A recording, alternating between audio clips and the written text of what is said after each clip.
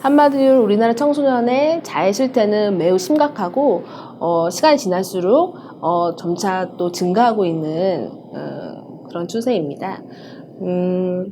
우리나라뿐만 아니라 전 세계적으로 상황이 비슷합니다. 그래서 일반 지역사회 인구에서 자해를 한 번 정도 시도한 청소년이 한 15% 정도, 그리고 정신과에 오는 청소년 중에서는 40% 이상이 한 번쯤은 자해를 시도한 것으로 그렇게 보고가 되고 있습니다.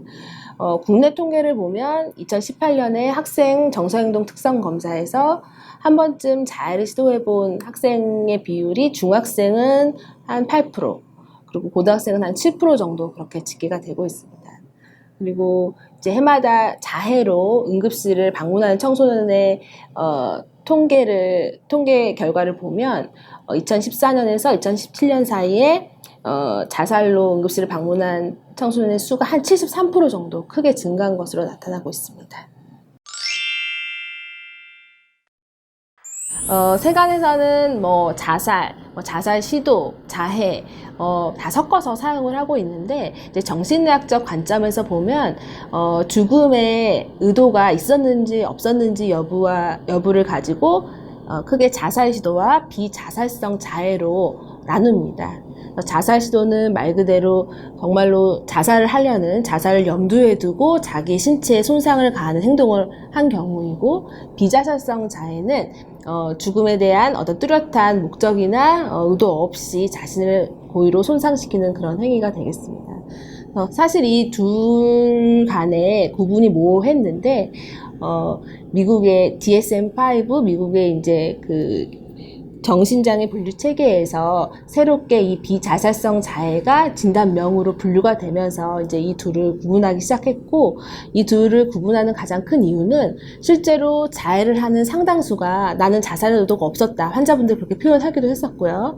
그리고 이 둘을 비교를 했을 때, 자살 시도자와 비자살성 자해군을 비교를 했을 때 장기 경과도 좀 달랐습니다. 그리고 우울증을 가지고 있는 비율도 좀 달라서 이 둘을 구분해야 될 필요성이 제기되고, 여기에 대한 연구 결과들이 이제 누적되고 있습니다. 하지만 자살 시도를 했던 사람들이 한 40에서 60%가 이전에 자해를 했다라고 보고를 하고 있기 때문에 자해를 한 사람들이 절대 자살을 시도를 할 리가 없다, 이렇게 보는 거는 조금 위험하고, 자해를 한 사람들이 나중에는 자살 시도를 할 가능성이 매우 높다.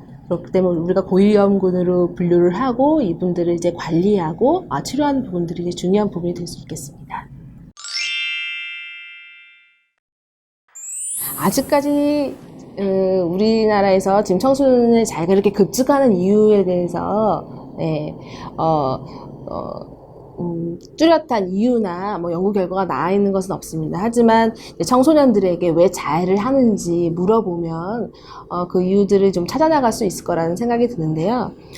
청소년들이 자해를 하는 이유 중에 가장 흔한 것으로는 자신의 이제 고통스러운 감정을 좀 달래기 위해, 즉 내적으로 고통이 있을 때 그것을 자기 신체에 상처를 내거나 하면서 외적인 고통으로 바꾸어 나가면서 그 심리적 고통을 좀 잊으려고 하는 그런 기전이라고 볼 수가 있겠습니다. 그 외에도 심한 과거의 트라우마나 이런 학대 경험이 있을 때 고통스러웠던 기억이 떠오를 때, 그럴 때면 굉장히 좀 멍해지거나 괴로워지는 경우가 있는데, 그때 이제 자해를 함으로써 자기가 살아있다라는, 그리고 좀 멍한 상태를 에서 좀 벗어날 수 있다라는 이런 식의 보고를 한 청소년들도 있고요.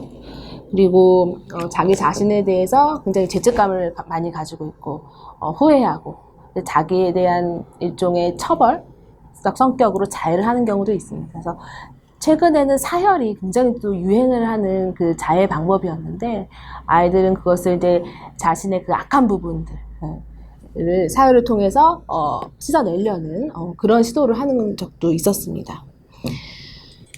그리고 때로는 우리가 이제 관종이라고도 표현하는데, 사람들의 관심을 받거나 원하는 것을 얻으려고 이렇게 자해를 하는 경우도 있습니다. 그래서 이런 경우가 크게 부각이 돼서 자해를 하면 이제 관종이다, 이런 식의 사람들의 시선도 많이 있고 편견도 많이 가지고 있는데, 실제로 제가 환자분들을 진료를 해봤을 때는 자해를 누구에게도 말하지 않고 아무도 볼 수 없는 곳에 은밀하게 진짜 자신의 고통을 다루기 위해서 자해를 하는 경우들도 사실은 더 많이 볼 수 있는 것 같습니다. 가장 흔한 것은 날카로운 도구, 커터칼이나 뭐 눈썹칼 이런 것들을 사용해서 손목 같은 부위를 이제 반복적으로 긋는 행위입니다. 가장 흔하게 볼 수가 있고 그렇지만 아까도 말씀드렸지만 잘 눈에 보이지 않는 그런 가슴이라든가 배 이런 부위에 하는 경우도 있고, 그리고 한꺼번에 약물을 뭐 약국 같은 데서 손쉽게 구할 수 있는 약물을 한꺼번에 먹는다거나 사열, 그러니까 주사기로 자기 피를 뽑는다거나 사열 이런 방법들도 사용하기도 하고요.